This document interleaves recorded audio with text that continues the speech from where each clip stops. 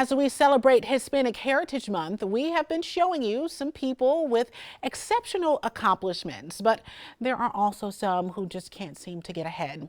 Income disparity is one reason why. Data shows that in 2019, the average white household in Florida had a median income of $66,000.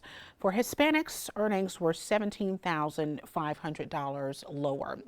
Now, financial advisor Cyndi Arocho from Northwestern Mutual Tallahassee joins us this morning for an in-depth look at that earnings gap. Cyndi, good morning.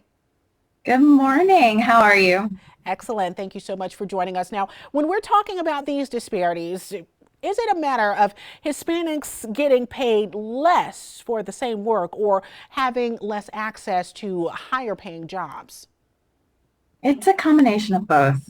Various studies on the subject have shown that there are several factors that contribute to this.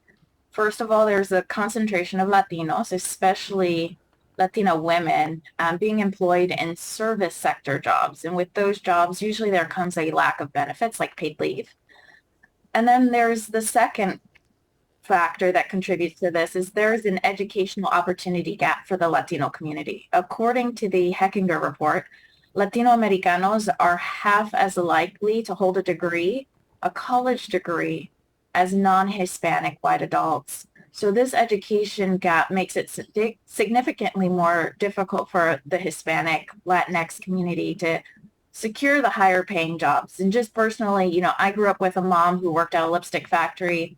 My dad worked at a cardboard factory, and education was number one in our family. And here I am, with a Princeton bachelor's degree and 2 master's degree, and now the first Latina managing directors for Northwestern Mutual, paving the way for other Latina women.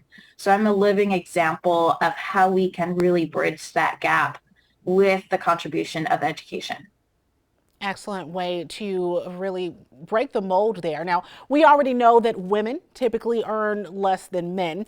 The research shows Hispanic women seem to earn less than everyone else, though. What's driving that? Good question. Again, Latinas, we make up about 1/3 of the U.S. service industry. It's a service industry which often doesn't pay by the hour, right? It tends to have lower wages. Research also shows that women are typically underpaid compared to men in nearly every job, even in the food service industry.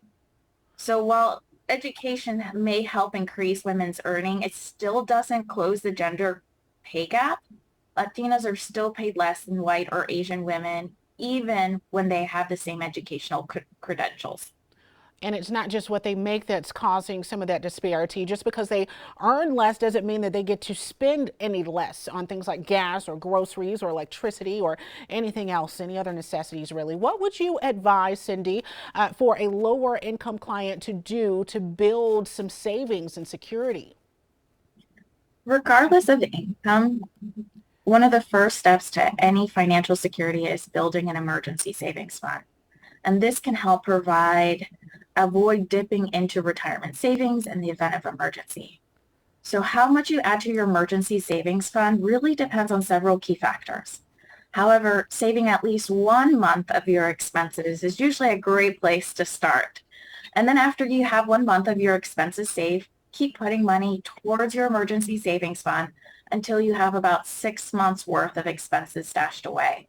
Consider keeping your emergency savings in a high yield savings account so that you're earning as much interest as possible. And that can definitely make a difference, as we've seen firsthand with some of the things that have gone on with Ian or any other emergencies. Just having a little bit saved up can really tie you over in those situations. What else can Absolutely. people do to overcome that wage gap? Anything? Yeah, there's a couple other things. Supporting Hispanic and Latinx individuals in their pursuit of generational wealth, which is assets passed down, right, within a family from one generation to the next, is an important piece of closing that wealth gap. And that's where financial education becomes so important. I tell clients all the time, it's one thing to pass down money, but it's another thing to be passing down financial education, how to manage that money. So it's also important to advocate for yourself. Something we've talked about is ensure about what you're being paid is actually what you're worth. Take time to research your current salary, right? There's a couple of websites out there that you can look at your role and what the salary is paid in your region, what that ideal salary could be, so you can have an ideal, realistic ask, and be prepared to negotiate. Particularly women, right? We tend to not negotiate. We're not known as the negotiators, but asking, you can't lose by asking. Excellent. We really appreciate all of the information that you have shared with us. And Cyndi, we'll get some contact information for you so people can reach out in the future. Thank you again for joining us this morning. You're welcome. Have a great rest of your morning. Likewise.